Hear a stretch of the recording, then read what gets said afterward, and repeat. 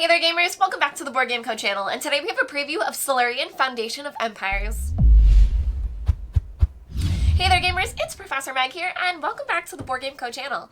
Today we have a preview of Solarion Foundation of Empires by Phantom Horizon. Now this is a sponsored preview. This is also a prototype copy in front of me, so all rules, components, and things like that are subject to change.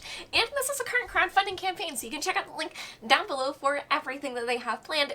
And if you'd like to see exactly how this game plays, there's actually going to be a gameplay on the channel between Alex and I as well, so you're able to check that out to see the pacing of the game and how it plays through.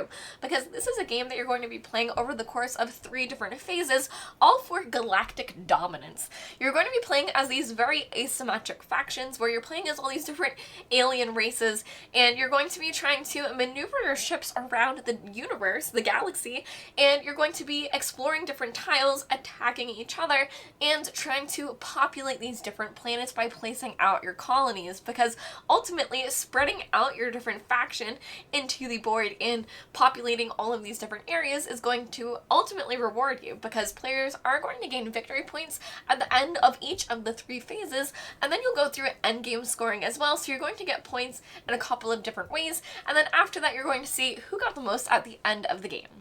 Now, Solarion Foundation of Empires is a game for 1 to 4 players where you're playing as these different alien factions. So, as you see, we have both of these in play, and there are 2 that you don't currently see. So, as I said, definitely check out the link below for everything that they have planned for the game.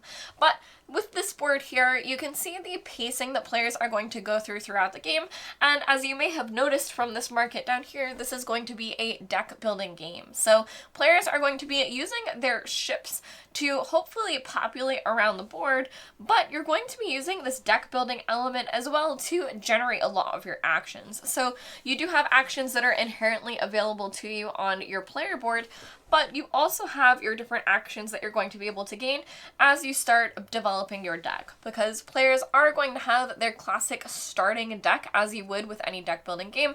You have your own personal starting deck where you can see that these are unique depending on the faction that you're playing with, but you're also going to be able to use that to gain some cards from here to augment your deck, and then you're going to go through these 3 different phases where you're going to score for different things, and that's going to gain you points at the end of each phase, and then at the end of that you'll also do some endgame scoring to see where you ended up.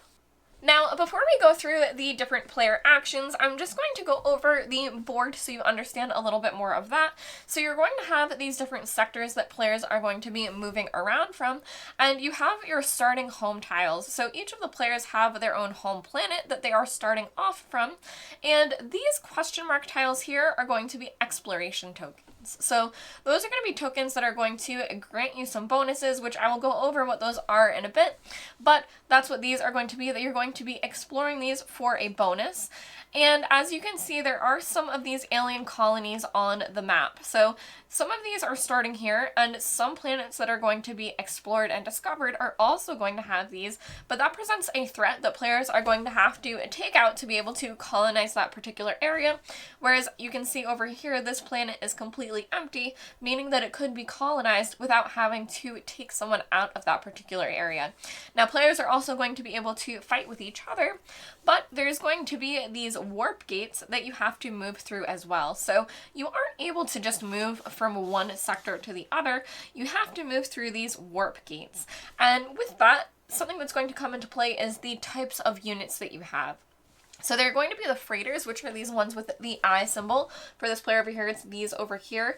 And the freighters are going to be able to move based on the sectors that they are moving through. So for example, this freighter here would be able to move through here for 1 command.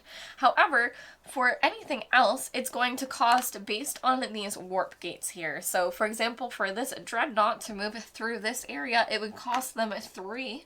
However, if you did want to move this area, because there are warp gates here, you'd be able to move to here and then to here for only 2.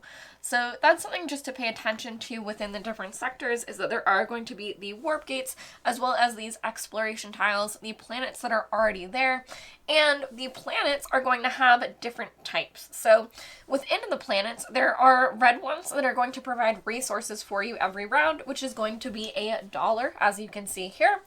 And there are some that are going to be green, and that's going to provide a command for you instead. So when you have control of those, you're going to be gaining that bonus every single round.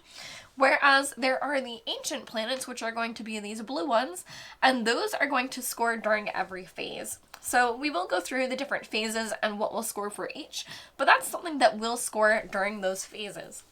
Now, there are also these yellow planets here, and those are all going to score for you at the end of the game at a certain ratio. So I'll go over that when we go over endgame scoring, but basically having control of unique ones is going to gain you more victory points. Now, finally, there are going to be some planets that are barren as well. So, for example, if this token was removed and this was left here, you could still colonize onto this planet, and that may be important for some of the scoring. So we'll go over that and you'll see why you might want to have control of that particular planet, but otherwise they're considered barren and don't provide something for you.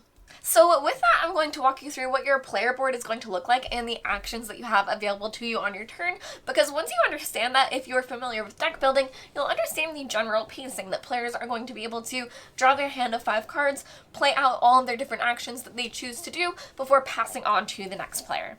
So here you can see for this player board, there is the faction name up here and the things that this player would start with. So that is why they have this dreadnought here in play.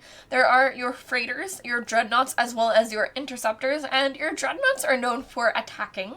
And they also have $2, whereas this player over here is starting with 2 command. So that's just something that the players are going to start off with to make it a bit asymmetric. And then they also have their abilities as well. So for example, the Oceanus is able to have a Leviathan dreadnought. So they have a special extra dreadnought that is a little bit stronger, whereas normally the dreadnoughts are a cost of 2, which is going to give them 2 hit points and allow them 2 damage and 2 control. But for the Leviathan, it's actually worth 3, so it is a bit stronger. Now, this is going to be the area where you hold your planet resources. So, for example, if you did have control of a red planet, you would have one of your colonies into that area, and then you would have that planet available here, showing that you would get $1 income at the beginning of every turn, as long as you maintained control of that planet. Now, as I said, there are green planets as well, and those will provide you a command instead, and we'll get into why command is extremely important, but those are the 2 different types of resources that you would hold here, and as you can see, you can hold the 4. So that is going to be your resource section over there. And then this is your command track. So you're going to be gaining dollars, and when you gain dollars, they roll over round. So that's going to be the money tokens that you have here. But command you're going to gain and spend on your turn, which is why it's going to be this track over here. So now with that, to go over the basic actions that players are going to be able to do, you're going to be able to, first and foremost, purchase cards for their dollar amounts. So that's going to be the technology market over here, and cards are going to be coming out of these different technology decks depending on the phase that you are playing. So if we had the $2 there, let's say, for example, we gained $2 more on our turn and we had 4. We would be able to purchase this card here for $4 and add it into our discard pile, which would be here. So you'd be able to purchase cards in that way, and then they would slide down, and then from the current phase that you're playing in, a card would be drawn out. But as you can see, our player symbol is on some of these cards, so that is going to mean they are contributed to this deck for this particular play. But it also shows that we have a discount. So for this capital deployment, if we had wanted to purchase that instead, it would have cost us $3, whereas it would cost all other players $4. So that's a unique piece of the asymmetry throughout the game, that you're kind of incentivized to play into your faction's cards because they are a bit cheaper for you to purchase. Now you're also able to build units. So as I noted, there are the interceptors, dreadnoughts, and freighters, and here are the costs broken out. So you're able to build them, and then you are able to then colonize with your freighters. And that's when you're spending your command from your command track. But if there is a colony that is available where your freighter is, you're able to spend a command to place that colony into that area. So that's one thing that you're able to do, and you need your freighter to do that, but to add to a colonized planet, you do only need a command to be able to do so. So for an example over here, you'd be able to continue colonizing this planet and move your freighter out after you place that initial colony down. Now, additionally, it will cost you 2 command to attack, and when attacking, players are going to be attacking either the alien colonies on the different sectors, or ships within a sector, or a specific colony. So you're either fighting against the ones that are already populated out, for example, if we moved out and attacked here, or you can attack against other players. So when you are attacking another player, you're able to attack their ships in that sector, or you're also able to attack that planet if they are in it. However, if they have any interceptors, you have to attack those first. So those are going to be something that provides a little bit of a defense for you. And then something else that players are able to do if they control that sector is return an opponent's freighter. So that can be really detrimental for an opponent, but it will cost you 2 command to return their freighter to that player's supply. Now, additionally, as I spoke about moving, when you move an attack ship, you're going to pay 1 command per warp gate. And that's when I was speaking about you would have to pay 1 command on this track here. So for example, if you had 3, you would have to pay 1 to move through a warp gate with your attack ships. But if you tried to move through 3, you would have to pay all 3 of those. So that's how you're going to move your attack ships, but to move your freighters, you're going to move 1 command per sector. So for this one here, if we wanted to move through, we would be able to pay 1, 2, and move this freighter 1, 2 over to this area. So that's how the 2 different types of ships are going to be able to move throughout the game. And then finally, you are able to invest, which is going to be spending 1 command to gain $1. So you're only able to do that once per turn, but that is something that you're able to do. And another thing that players are able to do once on their turn is trash a card. So not only with your starting cards, but with other cards you're going to gain throughout the game, there are different trash values for some of the cards. So, for example, this one you can see does not have that here, but some of them you're going to be able to trash for a value. So this one would gain you $1, and some things will gain you other things, for example, $3, $2, etc. But you're also going to be able to archive cards throughout the game through abilities that allow you to do so, and when you archive them, you're going to be able to place them over here for endgame scoring. So all of your starting cards are going to be worth 1, but the cards that you gain from the technology market throughout the game can be extremely valuable if you're able to archive them. For example, this would give you 4 victory points at the end of the game if you're able to archive it on your turn. Now, those are going to be the basic actions that you are able to do on your turn when you are spending either command or dollars to be able to do those different things. But a lot of the synergy in the game is going to be through the actions that you are doing through the cards that you are playing. So some of the cards that you play, a lot of your basic starting ones, are going to contribute either those dollars or command to you to start building that engine and allowing you to do different things. But a lot of the cards that you're going to gain are going to have those actions available to you. So I will go through exactly what that means, but instead of paying these specific costs and trying to accomplish these different actions through your simple player board, you're going to be using these cards and the more complicated actions that they're able to do to chain some different effects. So, for example, looking at our starting hand here, you have a lot of cards that are just going to provide those basic things for you. So you have your dollars as well as your command, but some of them are going to have abilities. For example, this is choose one, move a ship, or explore in a sector. So exploring a sector is going to be when you do flip these different things over. And when you do so, it's going to provide either this planet for you or one of those symbols. So let's see if we're able to find both. Perfect. So exploring in a different sector is going to provide you one of these 2 different tokens.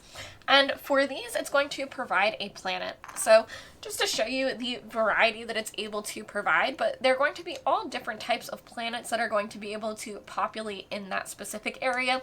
And they're going to have aliens on the colonies depending on the symbols that are there. But anything that is here is going to be these special actions that you are able to do. So these are going to be discovery tokens that players are able to hold on to and then spend on their turn.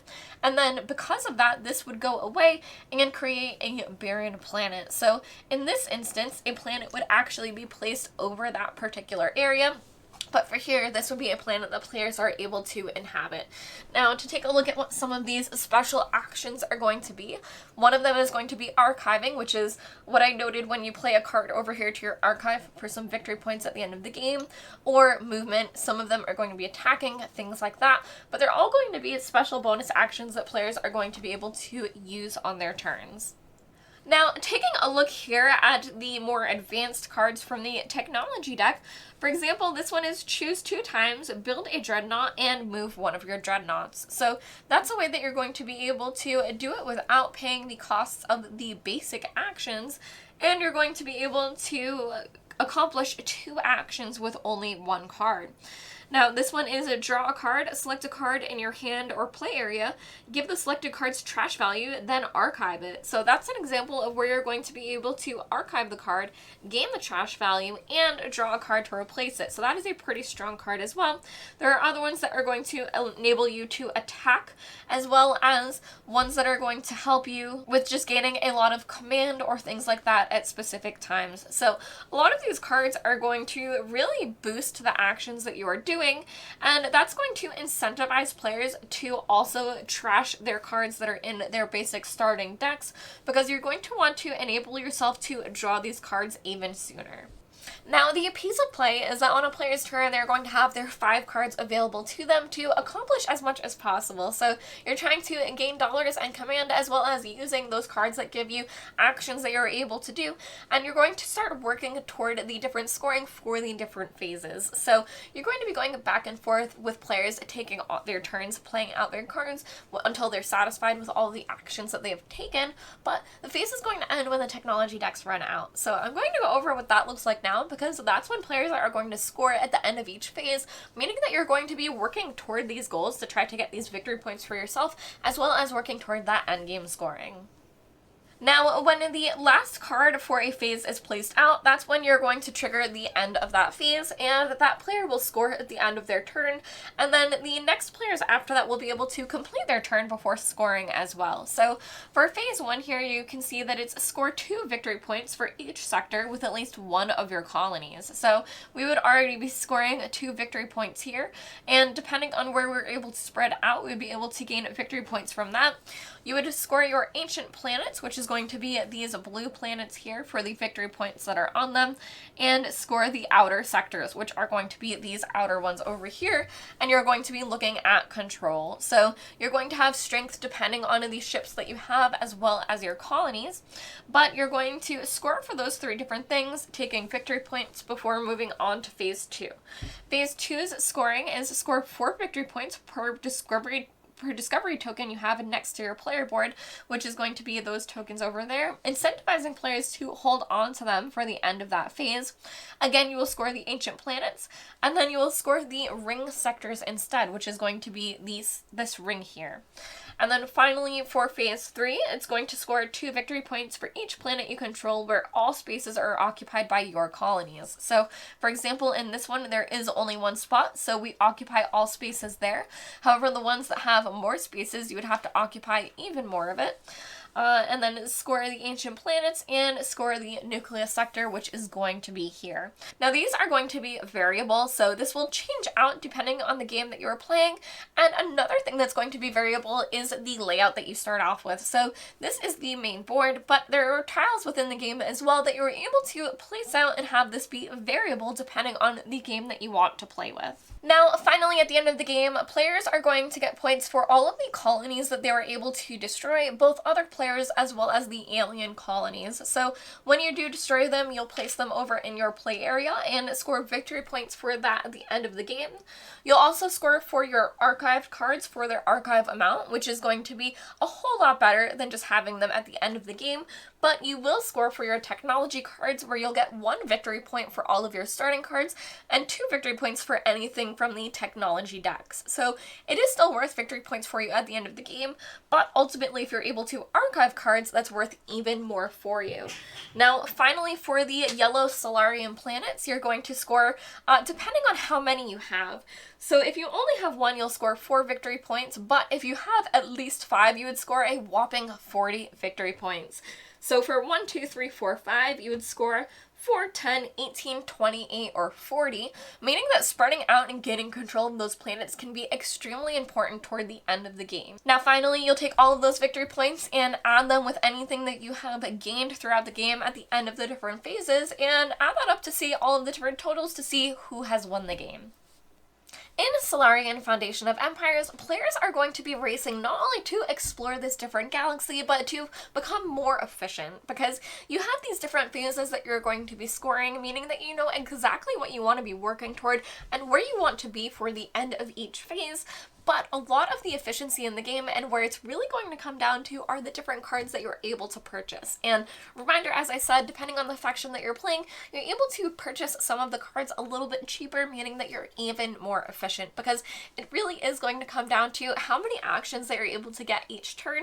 And trashing cards from your starting deck is going to be extremely important, because you're able to trash them to gain a temporary bonus. You're going to gain, $1 to be able to get rid of them, and perhaps more depending if it's in upgraded card, but you're going to be able to whittle out your deck and get rid of the things that you don't want to hold on to while still scoring victory points for everything in your deck at the end of the game. But you're doing so to hopefully draw into those better cards faster, meaning that you're able to get these extra actions before other players are able to draw into their better cards. So this is a game all about efficiency, but also trying to explore out throughout this different galaxy, because there are different tiles for players to explore, and some of them are going to be those bonus tiles. So depending on where you're able to race to and gain first, that may make the entire difference for the game.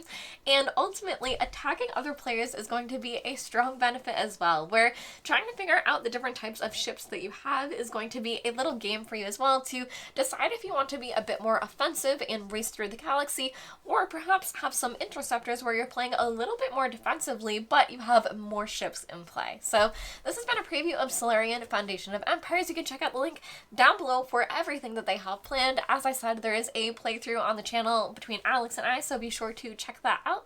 I've been Professor Meg, and I'll see you all next time. Bye!